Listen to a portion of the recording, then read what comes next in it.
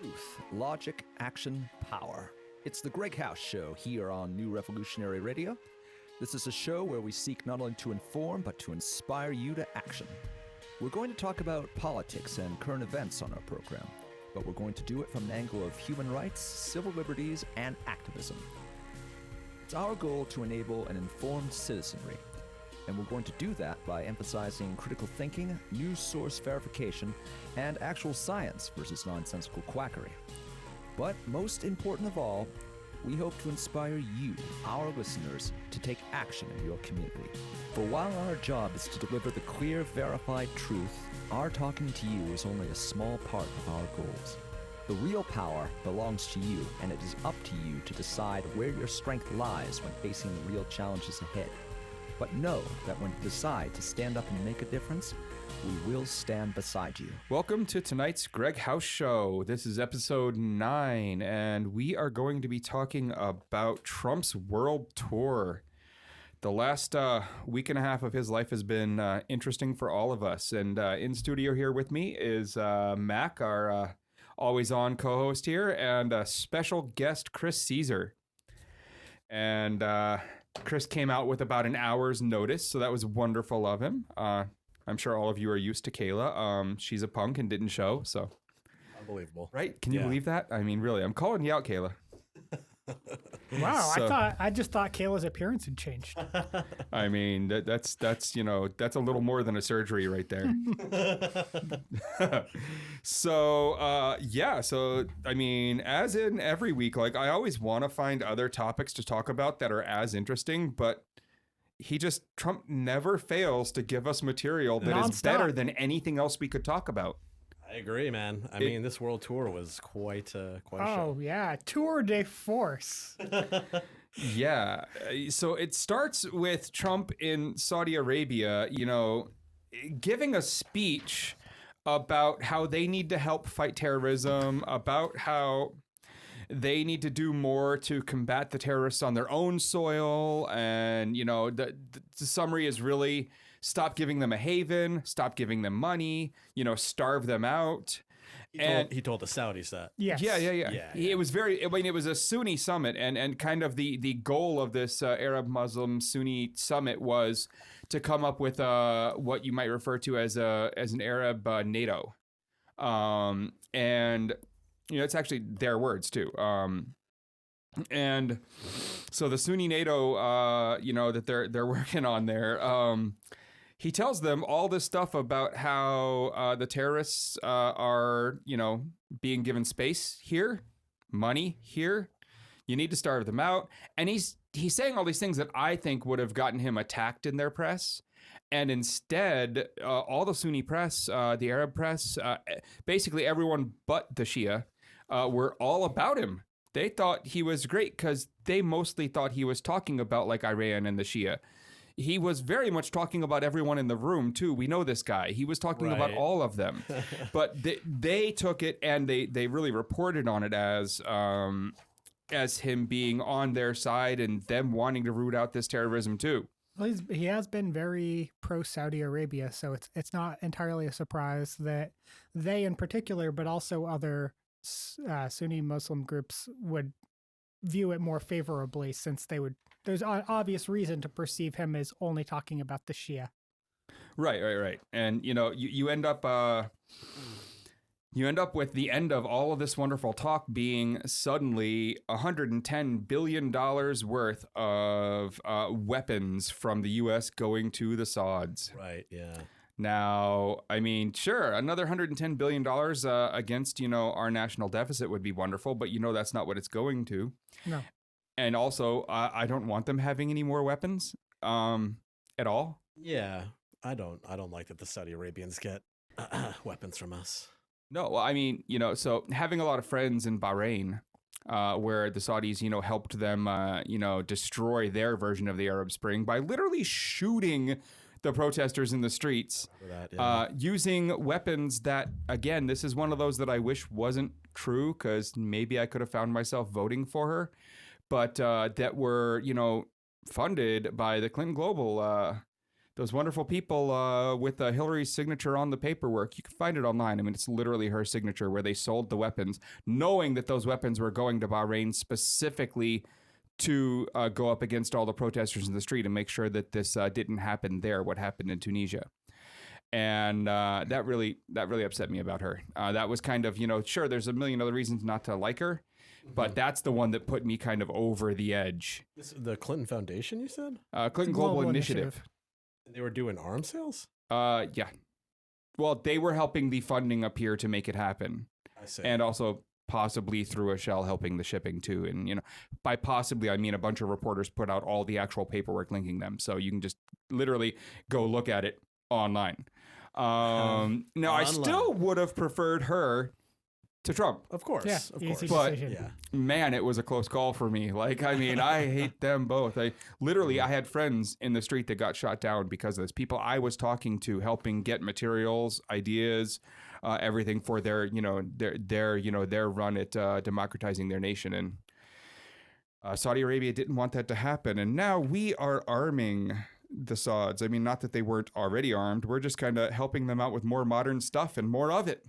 Yeah, and Trump seems really excited about it. It's kind of like a different tone to me than when Obama was doing it. I mean, he still did it, of course, but it almost seemed to be kind of reluctant, whereas now Trump almost seems excited to be playing the warlord or something like that. I don't know. I think Yeah. Trump's gets off down on at that like Crazy crazy. Eddie's Electronics. At Crazy Eddie's, all weapons going now, right now.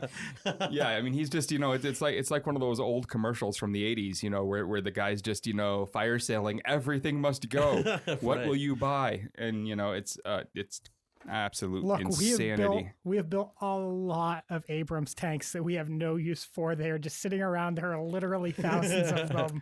Everything We're must building go. more that the army doesn't want just to keep the tank plant open. Yeah. I mean, we're also going to, fill up the Navy and the Air Force with a bunch of yeah. F-35s they don't need. Right, but we have an actual plan for how those are getting deployed, whereas we're literally just making tanks to keep the factory open and the people employed and they're all just the going production straight to lines storage. running. And they're just sitting out in the I think the desert is where they're actually stored.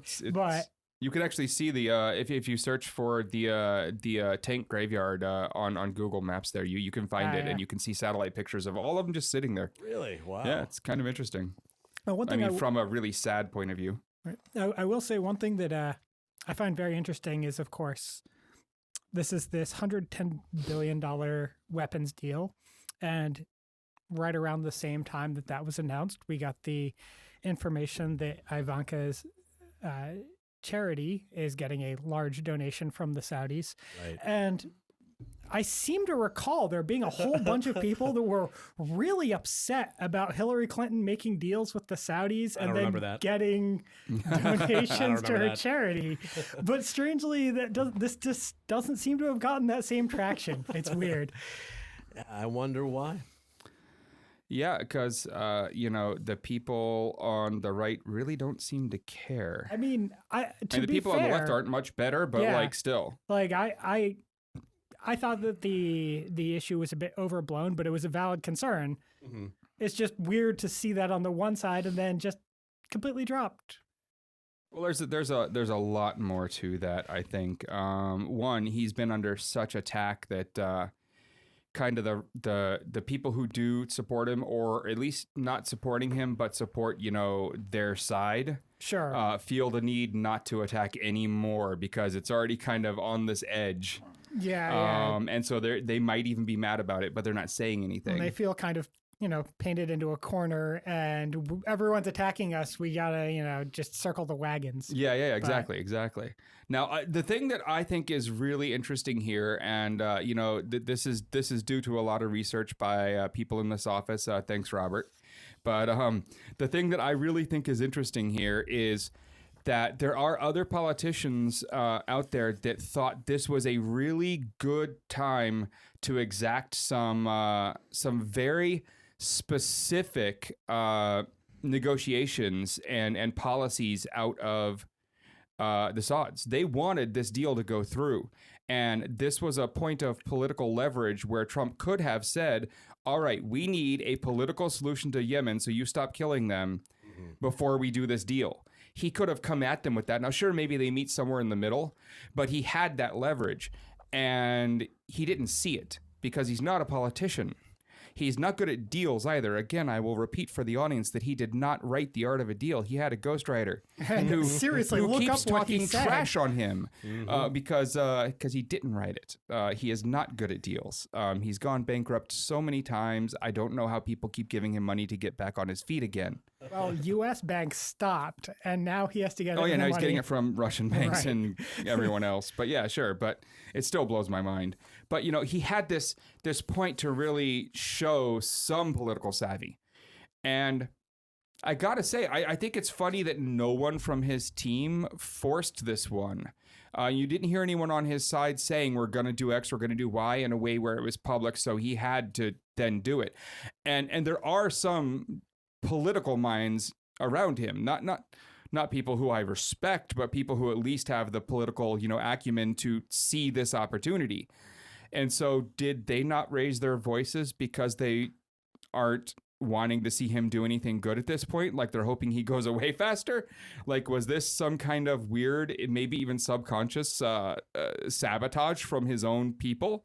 A lot of what I've been seeing is that people are saying inside the White House and cabinet and various places where they're dealing with him that there's very much a sort of aura of fear where everyone's afraid to say anything that contradicts him because it's very well known. I believe the ghostwriter for Art of the Deal has commented on this as well, that Donald Trump does not take disagreement well. He does not take criticism well. If you try and set him up for something like that and it wasn't already what he had in mind, then he will come down on these people because he views them as the underlings that are supposed to be loyal to him and his ideas. And that the way you have to sell something like that with Trump is very much that you come in and instead of having the stereotypical, the aide comes in with 3 plans and one of them is the plan that only an idiot wouldn't choose from among these 3, the plan that makes that one look good and the plan that makes the other 2 look reasonable by comparison. Instead, his aides just bring him the one plan because they can't even trust him to pick from those 3 the correct choice. Yeah, he doesn't seem like a big reader. I mean, from what I've heard, they've even had to start breaking down policy and intelligence briefs to a single page with a lot of visuals. No And more than 5 He needs bullet headlines. points. He needs headlines, and that's it. Yeah. not only does he need headlines, they were saying that they've taken to name dropping him more frequently in the text because he's more likely to keep reading if Wow. he sees his own name. I mean, same, but So Yeah. so in Yemen, Saudi Arabia has kind of proven itself ineffective in that they are this much bigger, they are this much more powerful, they are this much richer, and they still haven't been able to subdue a relatively small insurgency in comparison to what their forces should be able to accomplish with our backing. And so from their point of view, I understand the need for this weapons deal. Sure, but they have the need, so there was political leverage there that he just left on the table, and that is something that I don't want him getting any wins. At the same time, our president needs to be a little more savvy than that in this world, because people are going to see this stuff and they're going to start taking advantage of him. Yeah, there's definitely a point at which Trump's loss is also America's loss. And I Right, don't think that is often the case, but when it comes to a lot of these foreign deals like that, that is very Well, important. and his becomes loss is relevant. also the Yemeni people's loss at this yes, point, of course. because that wonderful country formed of old pirates' dens, the United Arab Emirates, has a plan to retake the Yemeni port, which name I always absolutely say horribly, but Hodeidah. They plan on going in with part of this new weapons deal and with some extra help from us and taking the port. Now, all the humanitarian groups out there that have, spoken up loudly about this, that are actually on the ground, say this is the worst possible plan. The only humanitarian aid getting to the people on the ground, averting a true famine and not just a small percentage of the people starving right now, is what's coming through that port. If you turn that port into, the actual war ground, all humanitarian aid is going to be cut off.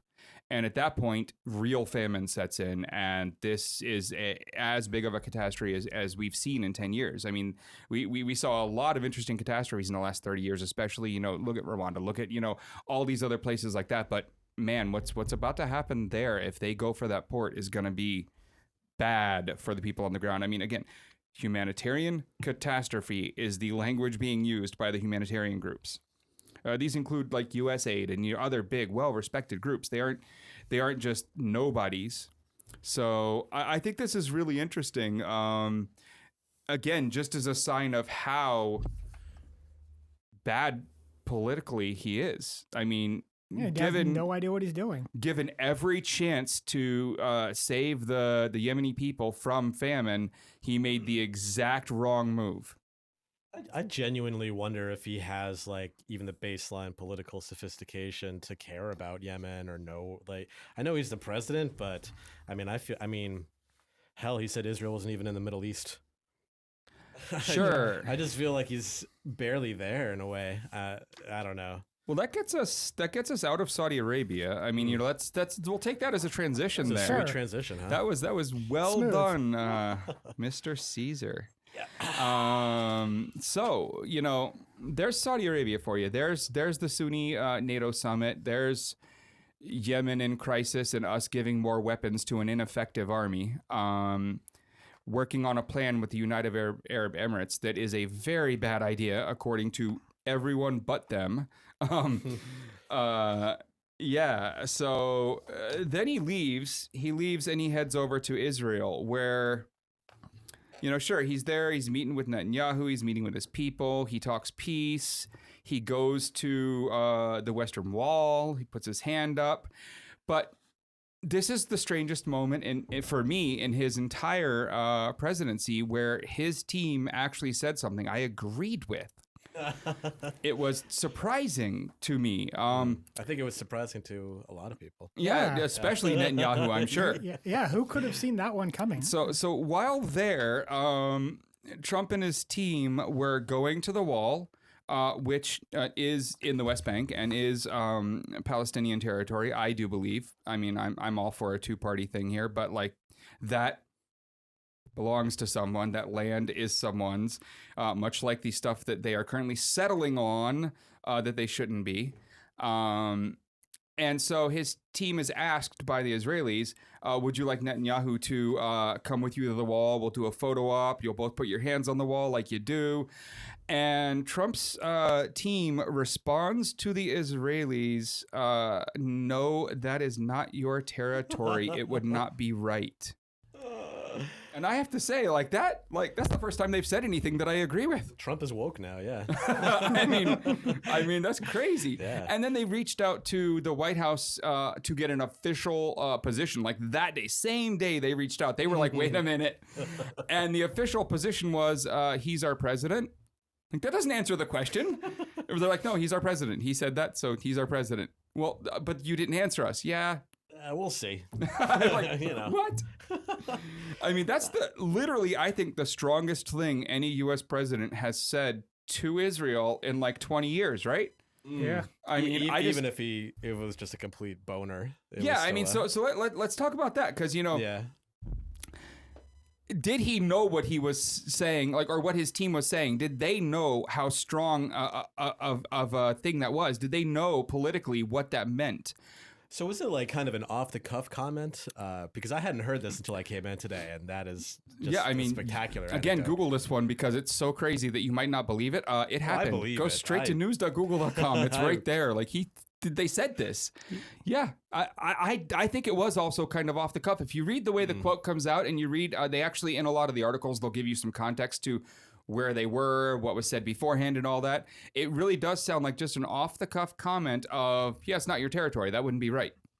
I'm wondering if he thought, because it is in the West Bank, but Jerusalem is obviously, maybe he just didn't reach that level again of political sophistication to be like, oh, Jerusalem is in the West Bank, but a little complicated. He doesn't. I'm sure he would have done the same thing with East Berlin, West Berlin. I think he's, that guy. But so while it might be the strongest thing I've heard in relation to Israel come out of the team of a president, if not the mouth of a president, at the highest level, it was one of his advisors. I still don't think it was done because they wanted to send a message. I think it was done because they just didn't know saying it was such a big deal. Right. Yeah, I don't think they have a grasp of the situation that's strong enough to understand, hey, Israel's going to be really upset by having you tell them this. I really like that he's sending Jared out as his kind of like deal maker for the Israel-Palestine Really can't say that name. Call him Kushner. Yeah. If you say Jared, I just think about Subway. Then I think about worse things. I don't need the association. That name is ruined. So sorry, Jared anyone Fogle. named Jared out there. But yeah, just who is this guy Kushner? I mean, I honestly feel like Trump looked at him and he's like, well, he's Jewish, so get him on and this. he's the son-in-law. Yeah, it's just. Well, I mean, Cool. Trump has said he's good at politics. Yeah. Hey, Coming from Trump, I don't know how much I want to. what hasn't Trump said that Kushner is good at this point? That's why he's Yeah, put he him said in he's charge good at of real estate. literally everything. I'm pretty Well, sure he- Kushner is actually the president. Well, Kushner's going to run the war room to deal with all the Russia investigation stuff now, even though he's like one of the people being investigated. Oh, I hadn't heard that. Yeah. Yeah, that literally came out a few hours ago. Oh, that's tight. That's Yeah, so Trump was scheduled to speak he was going to speak in front of the Israeli parliament. And he was so scared of getting heckled that they canceled the speech. And literally in quotes, he did not want to be heckled. That's from his team. What? So instead he spoke at a museum where it was a much more controlled environment where that wasn't going to happen. And Is that the place? our president should be able to take that. Yeah, I think so. Yeah, that's pretty basic level of competency when dealing with the public. I mean, unfortunately, you just can't tell people to get them out of here when they're members of the Israeli parliament, or have the cops just beat the shit out of them. I do like how they understand. call each other Donald and Bibi. They don't call each other like president. They literally they call each other in public Donald and Bibi. Gross. Wow, right? Can I just say I'm so glad that Wailing Wall photo didn't happen, because I think I would have had to jump off a bridge or something. Yeah, totally. I mean, that's Spiritual moment between those two people. right. Oh, and of course there was the photo op at the King David Hotel, where Right. Oh, yeah. Benjamin Netanyahu is all, look, we're doing great, shaking hands, making jokes about how the intelligence sharing arrangement, blah blah blah, and then Donald Trump, out of nowhere, waves the photographers back over when they're starting to leave, and it's like, just so you understand, I never mentioned the name Israel, I would and never say thereby clarifying to everyone that in fact it was Israel. that was the source of the information that Trump revealed to Russia. Netanyahu's face is great in that. Oh yeah, Oh. he has this look just like, oh my fucking god, this Who idiot. is this child? One great thing about the Trump White House is that it's brought back that Curb Your Enthusiasm music. It's just going to be around forever now. forever. Wow. And so another thing that he didn't do that presidents have kind of done for a long time is Trump, while there, didn't reaffirm that Jerusalem was Israel's capital. He did not reaffirm He it. did not. And he's actually shelved the plans that he had stated originally to move the U.S. embassy to there from Tel Aviv. And, not moving the embassy, not being willing to go on record saying it's the capital, saying that's not your territory. Man. Yeah, that's so weird. I forgot that they were talking about trying to make the embassy Right? go Yeah, there. and And it's- yet, what a weirdo. It's Yeah, they especially decided weird not to. because he's been so pro-Israel apart from these few things that it becomes extra just confusing at that point. What message are you trying to send here? Yeah, they're so schizophrenic. They really are. It's kind of crazy. But, he gets out of Israel basically okay. I mean, he said some things that definitely are interesting. He talked about a peace deal. He thinks it's possible. I still have my doubts. It would be the greatest deal of all time. I mean, hey, let me say that I will take back everything I ever said about the man if he can actually get proper peace between those two nations that give the Palestinians the land that's rightfully theirs, which I'm going to even be nice about it and say that's the 66, 67 lines, just go back to that. And he gets that deal in place, and it's solid, and it really leads to peace. And I'm talking like 10 years from now when we know that it actually worked. Hey, I'll take everything back, man. I mean, sure, great job. But until that time, he is an abject failure. Well, in my eyes. Just on while we're, peace is totally achievable. It reminded me of something I saw in the Hollywood Reporter, actually. Bernard Loan, a Nobel Prize winning cardiologist and Lithuanian American, was quoted as talking about a conversation he had with Donald Trump back in the mid 80s, saying that where Trump said to Loan, I hear you met with Gorbachev and you had a long interview with him and you're a doctor, so you have a good assessment of who he is. And Loan replied, well, why would you want to know? And Trump replied to him, I intend to call my good friend Ronnie to make me a plenipotentiary ambassador for the United States with Gorbachev. Those are the words he used. And then he took his thumb and hit the desk and he said, and within 1 hour, the Cold War would be over. So Trump clearly has a very interesting and unique impression on what sorts of peace deals are achievable and realistic and over what time frames. And this is not a new thing. Wow, that's hilarious. I hadn't heard that. Yeah, I saw that earlier. That is a great one. It's surprising how good the reporting that comes out of the Hollywood Reporter, which you would think would be like, just a rag, but no, it's not. Like they actually have some pretty good reporting there. I love it. Yeah, there are definitely some great Hollywood publications. Yeah, so this is also interesting that he makes such. You could either call them strong or politically naive, but one of the two comments, depending on which side of the fence you're on. I guess it could be both comments, as he is also the president who's visited Israel the earliest in his presidency. No one else has gotten there earlier than him in his presidency. Which, I mean, I don't know what it says. I think to me it says he just kind of wanted out of the country for a little while. He's kind of getting sick with the press over here. He didn't want to go to Canada or Mexico because he's already burned those bridges. Yeah. I think it means he's a cuck. I think we can all agree about that. I mean, quite possibly. I mean, what do you think he's I think doing with her? the thing that means that is the fact that his ex-wife was fucking the bodyguard while they were still married. Wow. Definition. Yeah, there you go. The word. Literal. So he gets out of Israel without, getting, shot or stabbed, which is great, I guess. Whatever. It's an accomplishment that can go on his resume. Right. And he ends up in Vatican City to meet the Pope. Before we move on to that, there's one more thing I wanted to add about the Israel thing. Yeah. Did you guys see there were some 4chaners, I guess, who were convinced that him at the Wailing Wall, that the photo was some kind of like psyop and wasn't real? Oh, I heard something about that. I didn't see the original thread, but I did see someone mention that. So I'm just wondering now, like you mentioned, he was it was like so early in his presidency. Like, what are all these alt-right people thinking that he's like going and he's got the yarmulke on and stuff?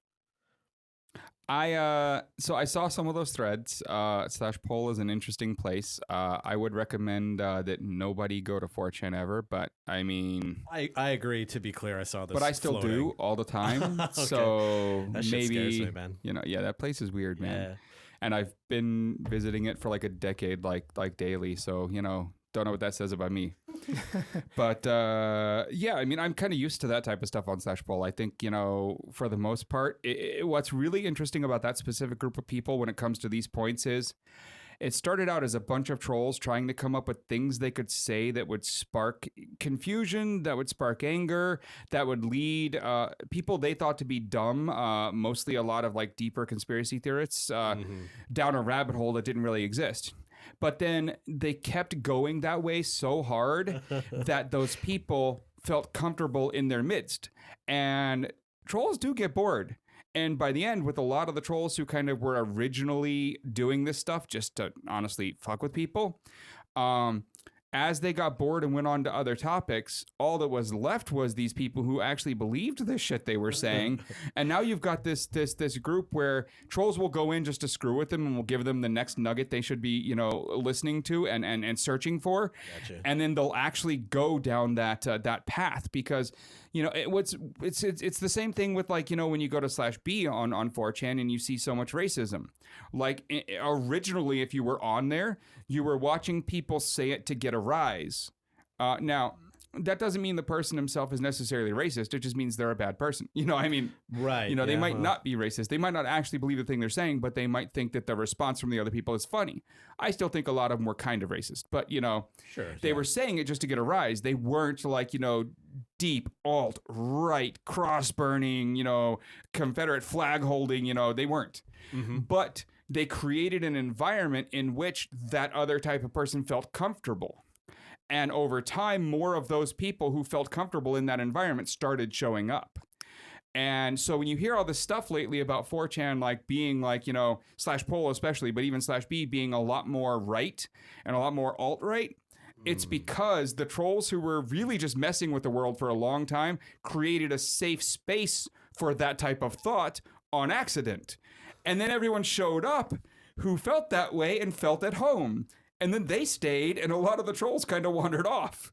Wow, that's a great... And in fact, it's a really interesting teardown of it. A bunch of the white supremacist groups and such online expressly targeted 4chan and Reddit as places where they would be able to go and spread their ideas and get recruit new people, and they would just kind of blend in with what was already there.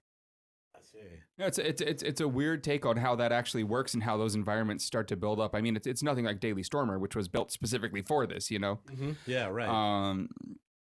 But there was certainly a part of me that was like, are they just winding people up? But I think it's actually gotten to the point where a lot of them that now frequent it are that nuts. Yeah, at one time it was definitely a lot of people winding them up and probably a few actual nuts. And then over time the balance kind of reversed, and now the trolls just occasionally show up. We're like, I can add nothing here. Yeah. I wish I could come up with this stuff, but man, light years ahead of us. Let me take some notes. notes. They really are, actually. It's just organic crazy. Yeah, so that gets us out of Israel, and that gets us over to Vatican City, where Trump is just plane hopping all over the world, and he meets with the Pope, Pope Francis. Now, I preface this all with the fact that I am what I will call a devout atheist. Not just I don't believe, but I really don't believe, and that's fine. You can believe whatever the hell you want. It's just not me, and after saying that, this is my favorite Pope of all time. I love this guy. Seriously, can we just swap him? Cool All popes are just clones of Francis now? This guy's cool. I mean, sure, he's got some views I dislike and whatnot, but he's doing some interesting things to bring, women a little higher up in the church, to lessen how hard their stance is against LGBT, and maybe possibly being a little more okay with it. And he's slowly, he's making... Even loosened the stance on contraception. Right, he's just making enough moves that he can get away with. I think if he went too much farther, there might be some nut jobs who don't agree with him being Pope anymore. Well, there's already a lot of conflict in the church, and a lot of American Catholics don't really like this Pope very much. Right, and I love him. But so we've got this Pope who's definitely I would call a reformist. I mean, you could kind of tell that coming in. He chose Francis as his name there. That's that was a sign of things to come. So there we go. And so Trump goes and visits this guy. Now, Trump, of course, is on record as saying, climate change is the made-up work of fantasy from the Chinese, and all kinds of other things. Mm-hmm. But I think the Chinese makes the most sense. I really what other plausible explanation is there? And then you've got a lot of the people on Trump's side, like Tillerson and whatnot. I mean, an oil man, who, of course, are pushing this type of an agenda on him. And he puts Pruitt in charge of the EPA, someone who doesn't believe that climate change is man-made. And, I think he actually does. I think he's lying, and this is for profit for him and all of his friends and the cronies involved in, just deregulating everything so those industries can make more profit at the expense of us, our children, our world, which they don't care about because they'll be dead by the time that's a problem, right? And then he meets Pope Francis, who is absolutely in agreement that climate change is man-made. He wrote an encyclical in 2015 all about it. And the Pope gives that encyclical autographed to Trump during this meet. It's a great own in and of itself, but the autograph is just the most devastating, brutal part of the own. Yeah, I'm not. The autograph is a very nice touch, no doubt about it. But I feel like the greatest own of it is the fact that Donald Trump. It just went over his head entirely. Didn't even realize he was being insulted. I think Melania got it. Oh yeah, absolutely. She probably explained it to him later. I mean, I don't know that she did. There was that. Does she care enough to?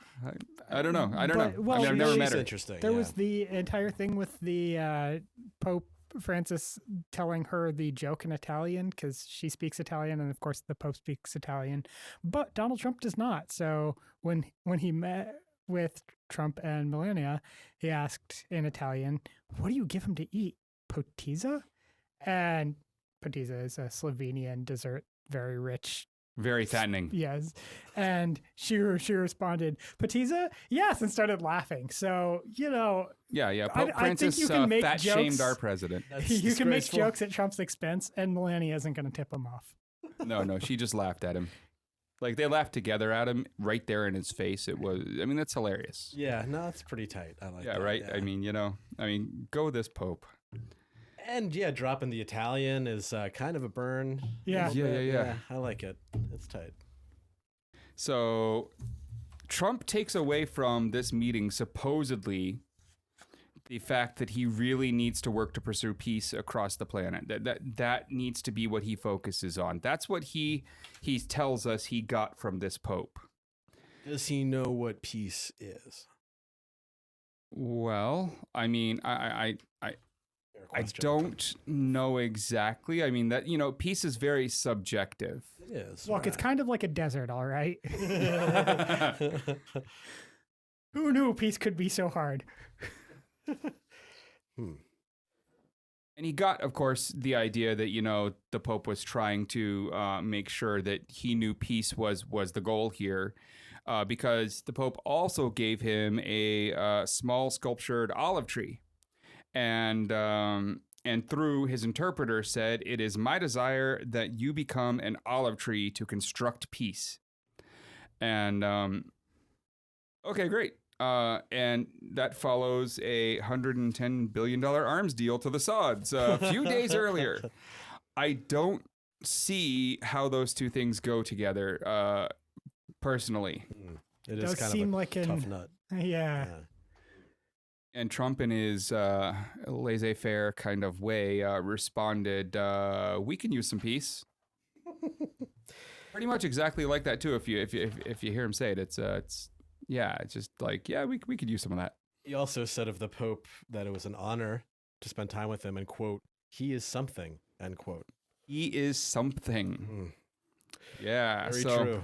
that was another great moment in Trumpisms here. Well, I think anyone that saw any of the photos or video of the meeting between Pope Francis and Trump can agree that Pope Francis also thought Donald Trump was something. Now, maybe something to be scraped off of the bottom of your shoe with a stick, but something. It was impressive how you'd see Pope Francis standing there smiling, and then he turned to say something to Donald Trump, and the smile's gone.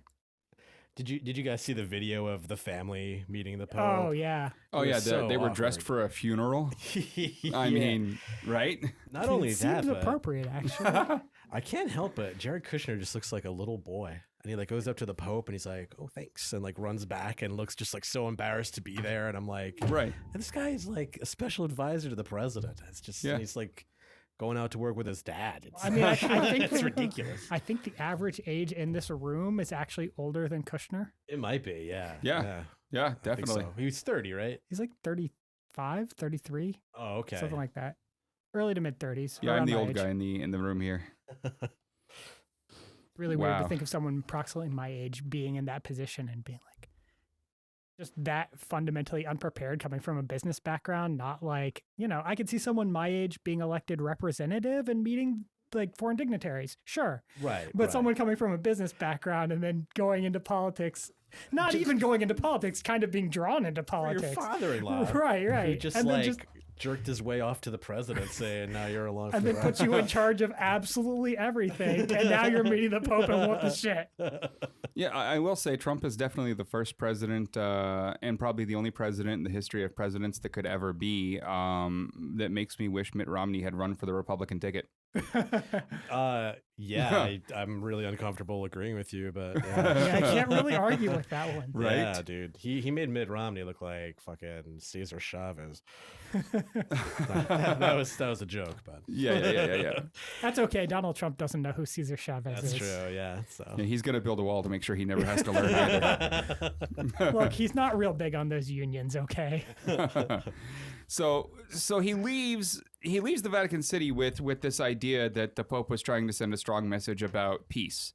And he leaves it telling everyone, publicly that, he's going to make it, a big part of who he is, that he wants to pursue peace in the world. And while in Israel, he talked a lot about, a peace deal with, the Palestinians. And we don't know what that looks like because at sometimes he says he's all for a two-party thing, and sometimes he says maybe it has to go another way. And, and sometimes he says things we don't understand in either of those contexts. So we don't know what peace in the Middle East really looks like to him. I'm sure at some point we're going to find out, and it's probably going to scare us all. But he leaves. He leaves there with a good idea of what they want him to do, which is peace. Mm-hmm. And at least what they politically have to tell him they want him to do. Yeah, I think they may have had some other things in mind they considered suggesting. Yeah, I think the thing that they really want him to do is, get impeached. But, hey, another weird thing I might agree with our Pope on if he's there with me. And I think he might be. I think they'd settle for resigning disgrace. Yeah.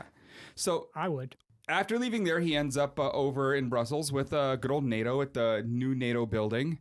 And my favorite part of this whole thing, a lot of people, their favorite part is when Macron, the new leader of France, goes walking down straight for Trump, lined up right with him down this long carpet. And then the last second, like 3 feet from Trump, who has his arms out ready to embrace the guy and like some kind of big hug or something, Macron dives to the right and goes for all the other people, hugs Merkel, she handshakes everyone else. Finally, at the end, turns back around with this look on his face and shakes Donald Trump's hand like, Really? Yep. You have not seen that's this. amazing. Yeah, That it's sounds pretty good. nice. I want your actual reaction to this. So I'm going to do something a little odd for the show here. I'm going to ask the engineer to get that video up on the screen in front of Chris. So that's my literal favorite thing here. Now, just what the other leaders did to Trump. Now, my favorite thing that Trump did is a whole different thing because, Trump does this wonderful, wonderful thing, which is horrible. And I bet I know where this is going. He says, I'm not going to talk about this one thing. I'm not going to talk about this one thing. I'm not going to talk about this one thing. It would be a real asshole move to talk about this one thing. But he literally does that the entire time he's there. So he says, I haven't asked them yet how much this building cost. And then, an hour later, mic'd up again, I'm not going to ask how much this building cost. And it's 4 or 5 times that he's recorded saying this. He never asked. But I think that was him asking. I don't know. Or just being a dick. One of the two. Can you not Google that? That seems yeah. like I think one of his team could have. So yeah. So all right, let's check this out. This is a very cool studio you have here, by the way. Thank you. So it blows my mind that he can get away with that stuff, and no one else. Like I would have thought someone, even maybe Macron, when talking, would have joked, well, actually, the building only cost this, or they would have said something. No one really responded.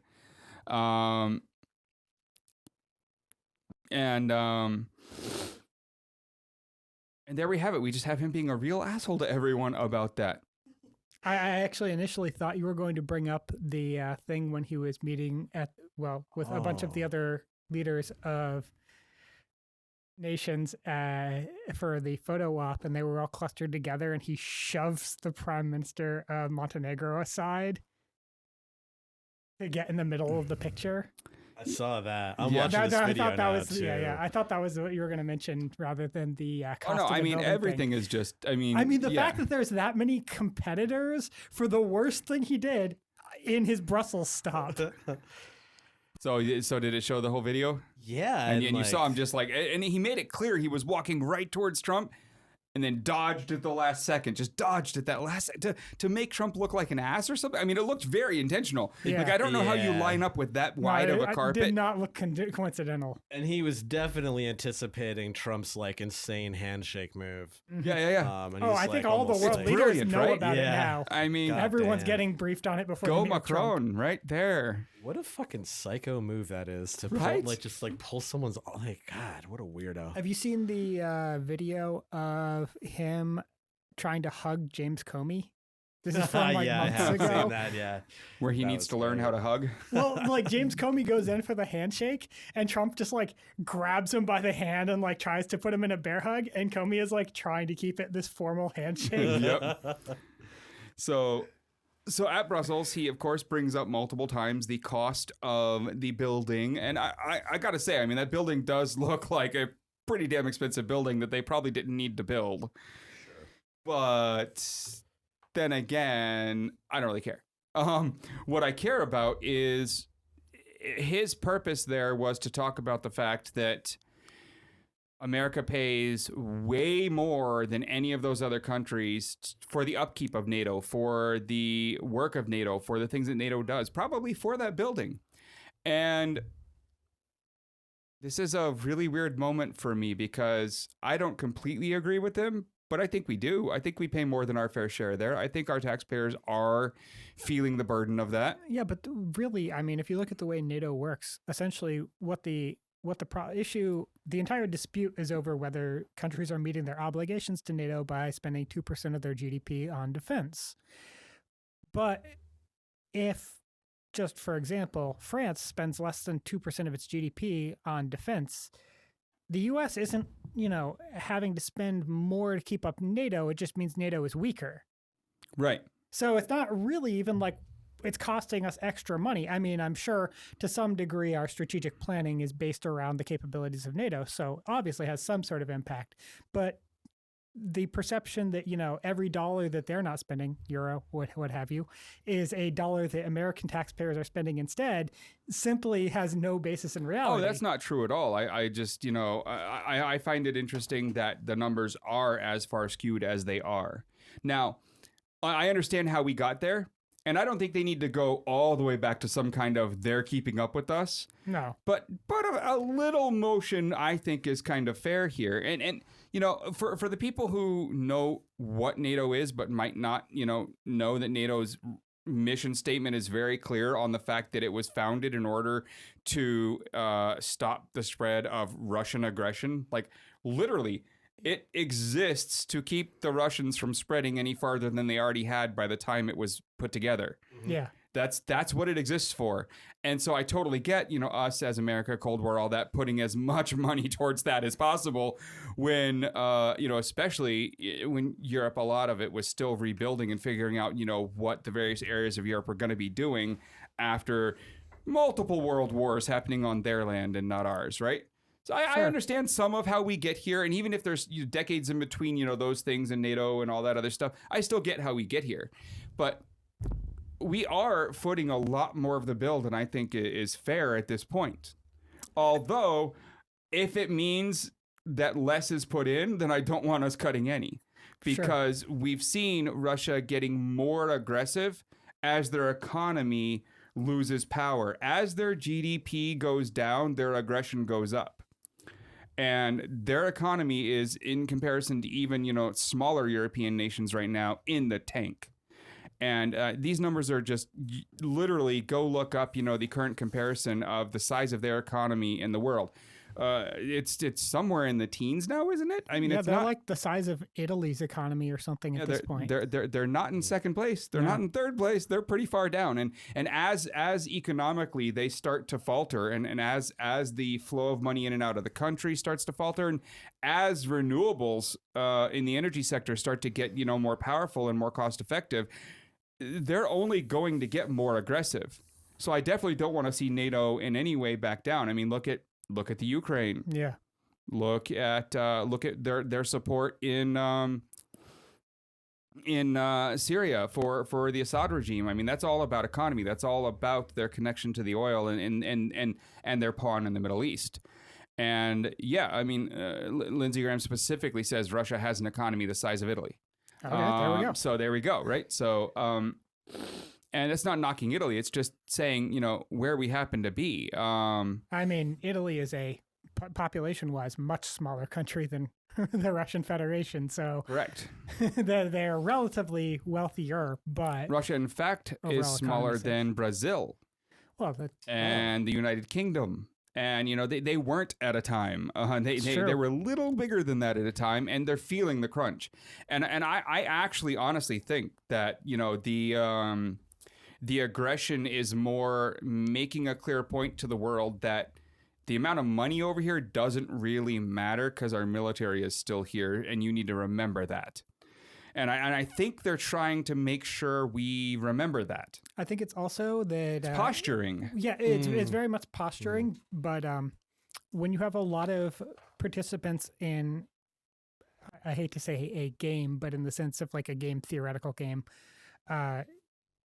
where you have a bunch of independent actors trying to accomplish their own goals in a set of rules, it's very easy for one player who doesn't necessarily have a huge amount of pull to have outsized pull simply by being unpredictable and thereby being able to get away with things that other players wouldn't be able to without repercussion because other players aren't sure how they would respond and things like that. And so Russia is basically using that as a tool, and I believe this was mentioned in Foundations of Geopolitics, but certainly in other Russian documents, they've talked about how this is an intentional strategy of basically being provocational and pushing boundaries with the understanding that by doing it in a systematic fashion, other countries just kind of let them get away with it because it's not worth enough to pick a big fight over it.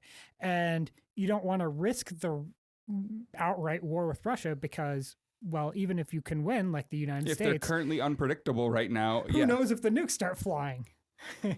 Yeah, I mean, again, one of the interesting things about our territory versus theirs is the oceans on both sides and the way our border works with Canada and the way our border works with Mexico. Again, I'll bring up this article.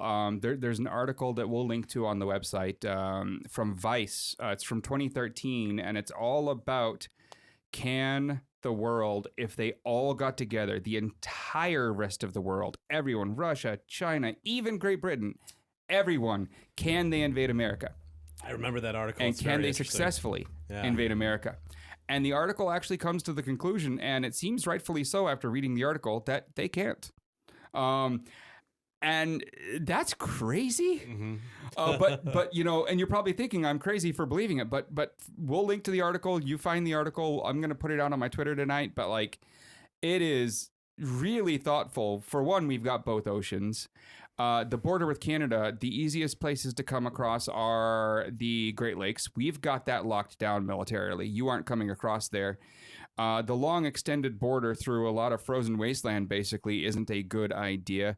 The next place you can probably come across the border is all the way on the West Coast in a way where you could come in. And because of how deep the forest is and how large the national parks are there on that border, you can only send light infantry across. You can't actually send more than light infantry through the woods. We can stop that. And we have enough troops over there to stop that. You're not landing on our beach without one of our warning systems catching you before you get there. There's no beachhead opportunity here. And so it's just a really interesting setup we have You aren't invading us. This is not happening. I mean, even if you just look at, for comparison, the invasion of Fortress Europe during World War II, the United States had the world's largest navy. The UK had one of the world's largest navies. I forget whether they were second or third, but everyone, like all of these great powers working together just across 20 miles of the English Channel with 5,000 votes just to establish a beachhead so that they could bring in the troops. And the U.S. had years and years of experience providing supplies, weapons, troops to Russia, the UK, sending troops to the UK and Africa. We were sending all these troops across oceans. Like, we had all of the experience for that kind of amphibious operation, and it was still a massive logistical challenge, and that was with our entire ocean crossing going unchallenged. Anyone trying to invade with all the the U.S. subterfuge and lying and a wonderful Spanish spy convincing them to go somewhere else and a million other things. Anyone trying to invade the United States would have to still ship all those troops across the ocean, except now they're going against the Navy that's more powerful than every other Navy on Earth combined. And then trying to, like, even the logistical challenges of getting their troops to a position to invade are very nearly insurmountable, never mind the invasion itself. So we're sitting here with, they're going to be able to possibly get one or two warplanes to get above our land and possibly drop a bomb. That is literally the worst case scenario for the U.S. right now in terms of military. Well, I mean, actual nuclear exchange with ICBMs, but... Right, but we have enough systems in place in the water, on the land, in the air to take those things down before they hit in America. In the article, they talk about that, and they link to some other studies on that where they could literally fire everyone in the world, including our own, back at us that exist, and we have enough times two of just the materials in place and the systems in place to shoot them down still. Wow. And so again, like the worst we're looking at is a MiG somehow escapes a dogfight and drops a bomb on DC. Like, that's literally what the article kind of leads you to believe. And after reading the article, I kind of agree with it. It's crazy to think that, but that's what it looks like. So given that scenario, and then given Russia's borders with countries like the Ukraine, which was trying to join NATO, which is why they started destabilizing it, because they don't want literally their border to be a NATO nation when NATO's total existence is anti-Russia. Also, back in the early 90s, we kind of promised Russia we weren't going to expand NATO at all east towards Russia, and then we promptly did exactly that. Yeah, so I mean, I get Russia's craziness right now, and I think also in their mind, having read, all of those studies, they've got to feel that. They've got to feel like here we are somewhat exposed, and they aren't. Like, in their position, I'd kind of be upset about that fact. Russia's position. Yeah. You're definitely in the weaker position in that instance. You're playing a game of Risk, and America's built up Australia there, and they've got 50 million people somehow sitting there in the one spot you can get to Australia out of Asia, and then you've got only the center pieces of the board where they're surrounded on all sides, and you're getting attacked from everywhere. Like, sure. It's. You've got borders with China. You've got borders with a bunch of nations that don't like you anymore. Georgia, and all the stands, all the former Soviet nations. So I can see them being kind of upset at the position they find themselves in. But that leads us to Trump at NATO telling them we're giving them too much money and they need to pay their fair share. I mean, I think that might actually, and to bring it back around to that, of course, I think that might actually mean renegotiating people's contracts with NATO to what he thinks a fair share is. And, well, of course, and I don't want his opinion on that personally. Also, the NATO agreement where they were supposed to be providing 2% of GDP to defense spending is only supposed to take place by 2024. So they kind of have a little while before they're actually in violation of that. Right. But also going back to something you said earlier about how it's kind of unfair that the U.S. is spending so much more. It's interesting because, in fact, that was something that the U.S. wanted. It was a means of enforcing hegemony when it came to foreign policy because we were the ones that had all the guns. We had all the deployable forces. We could mobilize the troops. If any shit went down, the U.S. could be involved and be the big dog in the fight. And we didn't want to have to deal with, hey, all these other countries are more or less equal partners.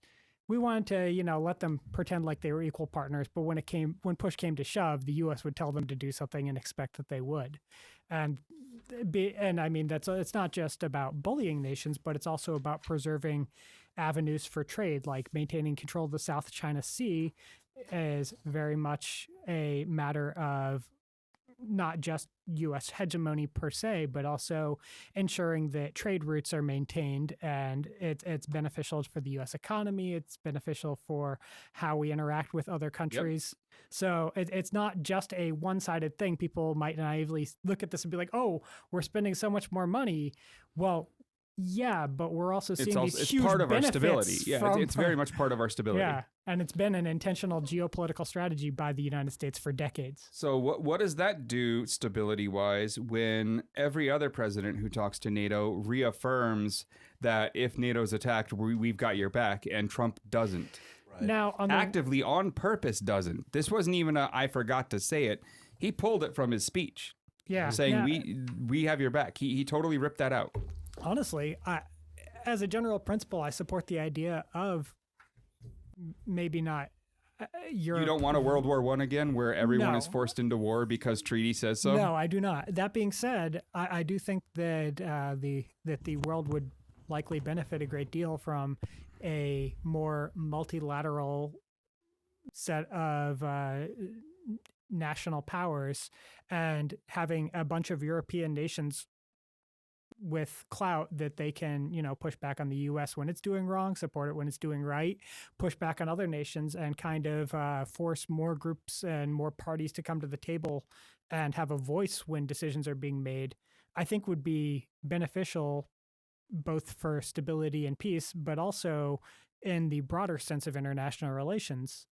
I just don't know that this is the correct way to go about that. And in fact, I'm pretty sure it's not. And that's where we end up. We end up with Trump at NATO saying, we don't know if we'll back you next time anything happens, and you should be spending more money.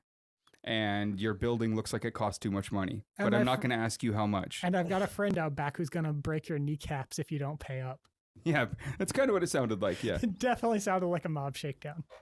So that gets us kind of out of all of that. We get to the point where he's working on heading home now.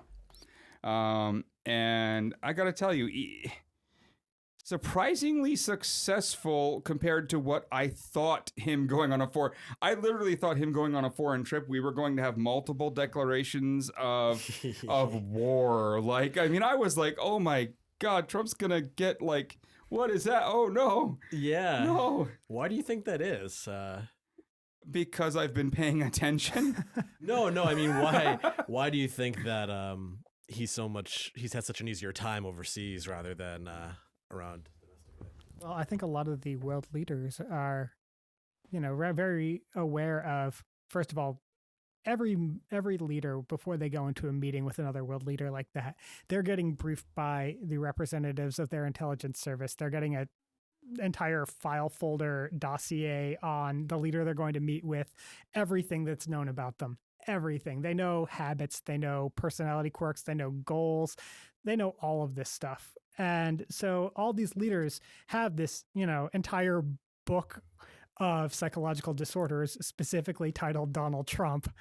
But they know who they're dealing with, but they're also very aware of their own position and the position of the United States. And so they have to kind of walk a very fine line because they don't want to alienate the United States. And so they kind of have to treat him with, to some extent, kid gloves, but at the same time, they clearly don't respect him very much and don't seem to like him a whole lot. And then, I mean, he didn't act like a lot of the other presidents that have met with the Sauds, even publicly.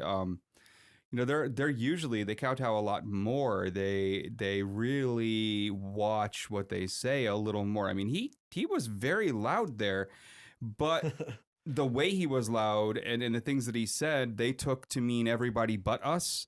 And I think, whoever wrote some of that for him did a very good job of making it where we understood he was talking about the people in the room, but they thought he was talking about everyone on the other side of the wall. That's interesting. And that was really interesting because, you know, and this very much falls along the Sunni Shia lines. And it's just, yeah, I'd never thought that even if someone wrote him the right text to walk that line, that he would still be able to walk that line because he loves to interject things. Right, yeah. He loves to just, you know, oh man, yeah, I agree with that. When he just said it. Like, what? Yeah, you agree with yourself. Great. But like, he loves to interject things. So I assumed that no matter how careful they were in their wording, he was going to say something. Right. And he didn't.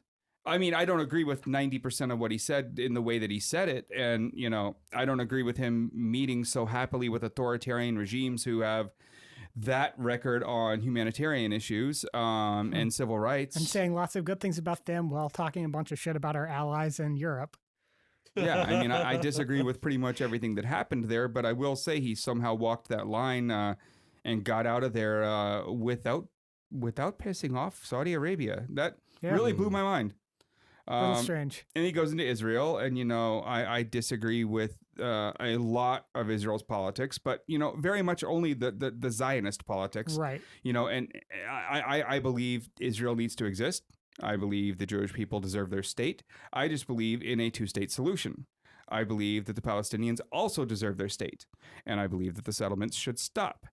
And that's why his Israel trip really was so interesting to me, because it almost sounded like he believed that too. Yeah.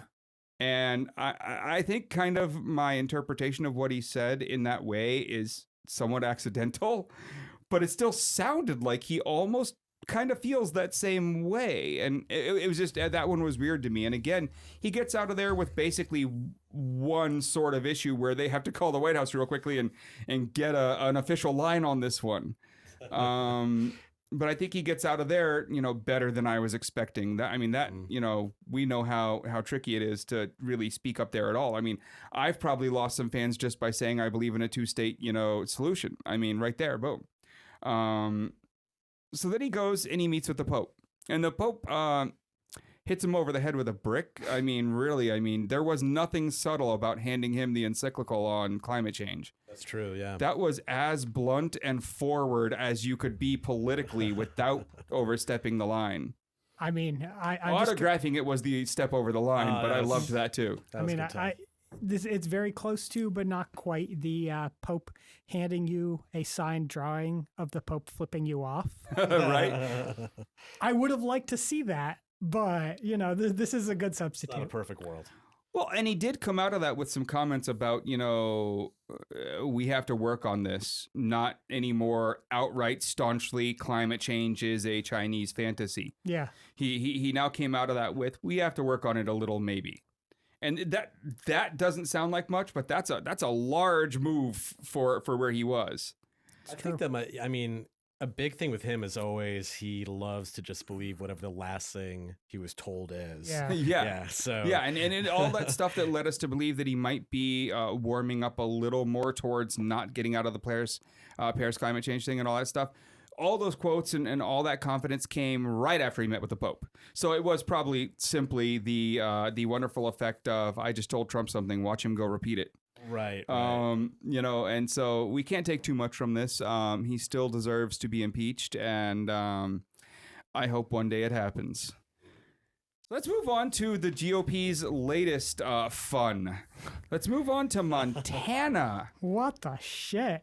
So Gregg Gianforte there wins in Montana after assaulting a reporter, body slamming him. And not only does he win by 6 points, but he actually, the day after it happens, raises over $100,000 from people who, some of which are quoted saying, that's a real man.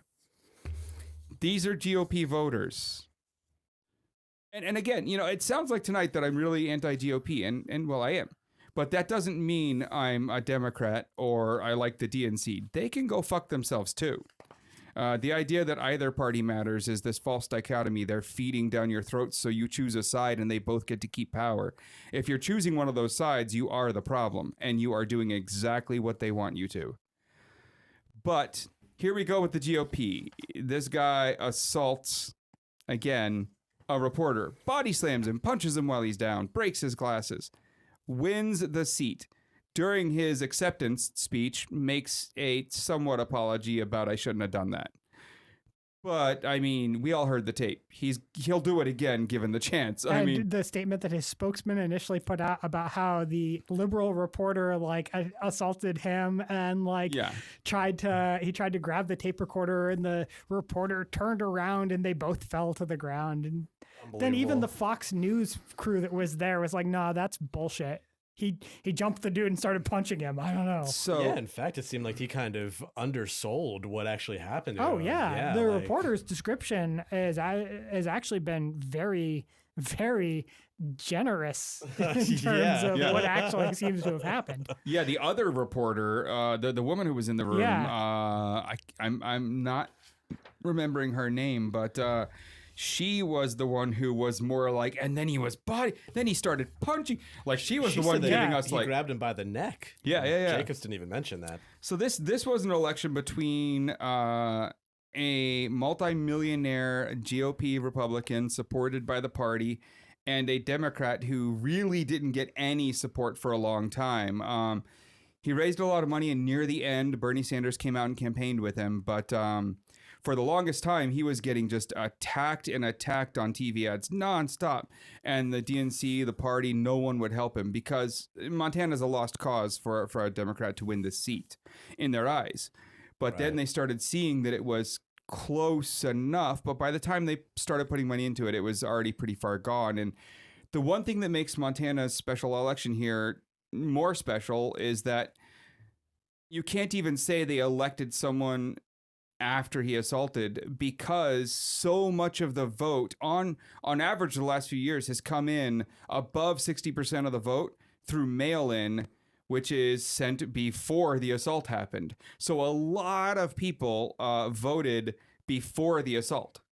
60%. That's well really over. Wow. Well over. Wow. It was, I believe, something like 65 something? No, Two-thirds. It was something like 200.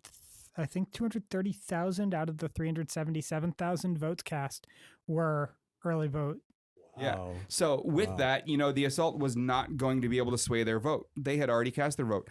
And this left a really nice moment for all the right-wing media in Montana to disavow him and to take back what they had said about him and to say we do not endorse him anymore, while knowing that almost everyone who reads their papers and listens to them online had already cast their vote. So it wasn't going to affect them. It wasn't going to hurt them. And so, it's really interesting that he wins after the assault, but it's easily explained because most of the votes were in already. It's also, Gianforte still won. It was not an entirely unpredictable outcome. That is kind of how these races in Montana usually go. But despite the fact that so much of the voting took place by mail, it was actually a surprisingly close election. He lost by about 6 points, whereas just in November, that same the presidential seat, election. Well, the House election in Montana for that same seat was a 15 and a half point margin. So Rob Quist got it a lot closer than it was. And in the presidential election, remember that Trump won that 57% to 36%. Right. And interesting, So also 21 interesting points. is that in the 2016 election for the House, there were 507,000 votes cast. Well, about 508,000 votes cast, and it dropped to around 377,000 for this special election. Now, normally special elections have rather low turnout compared to general elections, and in fact, especially special elections tend to have low even compared to a regular general election, never mind a general election that coincides with the presidential election. So the fact that turnout was actually something north of 80% of the turnout for the 2016 general election shows that there actually was quite a bit of interest in this race. Mm-hmm. Yeah, I believe So the that. fact that it tightened up despite that is Yeah, because so I mean, you definitely- don't get to within 6 points just because of the assault with all the last day people. I mean, again, No. it's a relatively right leaning place. So What did you get? I was following Dave Weigel's tweets the night from his Gianforte's acceptance speech. And apparently people were just cracking up when he started to apologize. And he had to be like, no, like, this is serious. some of the I should people with apologize." someone there- screamed he deserved it. Like, Yeah. I mean, yeah. It's, Yeah, as soon as he apologized, someone yelled out, "You're forgiven!" Yeah, Really? that was Yeah. great too. Well, I mean, when you start kind of demonizing the press, like, I feel like I'm not blaming Trump necessarily, but he's been kind of fostering this incredible. And I mean, there's certainly a lot to be angry about with the media, but it's kind of hostility that Says he's a freelance fostered. reporter. But just the outright hostility and the anger and just like making them the enemy of the people. Like, I feel like that's what's going to happen. It's that kind of language and discourse has effects. Yeah, I think. we've seen that throughout history. When you Yeah. demonize a group of people like that, then and you have a platform and there are people that listen to you and take you seriously, sooner or later, some of those people are going to decide, hey, these are demons. We should do something about that.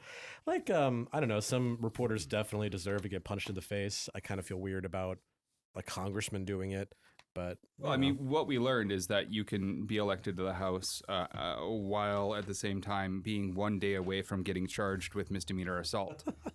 That's what I learned from this event. And what I'm hoping, and I don't wish anyone harm, I don't wish there to be a victim in this event, but I'm hoping that he keeps up this pattern so he gets, ethics reviews and kicked out of the House pretty quickly. it'll be interesting to see how it all plays How out. he survives in the House I being mean, this type of a person. I'm Yeah. just going to throw this out there. People can contact their representatives. Article 1, Section 5 of the Constitution says that each House may determine the rules of its proceedings, punish its members for disorderly behavior, and with the concurrence of 2/3, expel a member. So if we all get our representatives to go out and be like, yeah, no, this fucker doesn't get seated. Anyone that does, no, that is beyond the pale. That is not acceptable conduct for a member of the House. And there we go. You know what that gives us? That gives us the end of the show action item. We love to end every show with something you should do. And if you don't agree with this wonderful assaulting body slammer being in the House, the best way to deal with that is to contact your representative and say they should not let him be seated. Pretty simple. Read up on our Constitution. A lot of the people on the right seem to think it's an important document. I tend to agree with them. So maybe they should use it this time because he should not be in our House. I mean, I can think of a few other people that should be sanctioned to subject to certain sanctions mentioned in the Constitution, but I'll settle at the moment for this one. I could see there being some kind of formal, Inquiry? not an inquiry, like a censure maybe or something, but yeah. I doubt Yeah. they'll throw him out. Oh, I don't. Yeah. I mean, the fact that it requires expressly, according to the Constitution, 2/3 to remove makes that a pretty hard bar Still, to hit in the House. words should be said to prove the point. Yeah, so yeah. so our action item for tonight is make sure to contact your representatives and say that you disagree with Gregg Gianforte being in the House and that they should definitely remove him with that wonderful 2/3 vote. With the full knowledge that it's probably not going to happen, but that is not the point of these types of calls. It is to get them to understand where we are. And I mean, maybe sure, it doesn't Hey, get maybe removed. we get lucky. Maybe even if he doesn't get removed, maybe they push for remove him from the position and instead they settle for censure. Correct. That's a agree with lower that. bar. Totally agree with It's that. a reasonable compromise that could be made. There you go. But push for removal, settle for censure. All right, so that's been our show tonight. We covered a lot of topics. We covered Trump around the world, a wonderful little journey there where somehow we didn't end up in a war with anyone. I'm still surprised at that. We covered Montana being wonderful. We covered the Pope really hitting him over the head with climate change. That was great. With me tonight has been Mac and our guest, Chris Caesar, who I'm hoping is convinced that this place is wonderful and wants to come back. So It's a lovely place. I would love to come back. there we go. Thanks, everyone, for listening. All right. Good night. The GreggHoush Show was created by GreggHoush and executive produced by co-host Derek Gowrays. Other contributors include producer and head writer Anna Jeffrey, producer-engineer David McGuffin, and producer-editor-engineer Robert Tortora. Theme music for the show was produced and recorded by Geneva de Colbert. Our interns include co-host Casey McLaughlin, writer-engineer Alec Greeny, and associate producer, writer, and announcer William Kennedy. You're listening to New Revolutionary Radio, your call to action.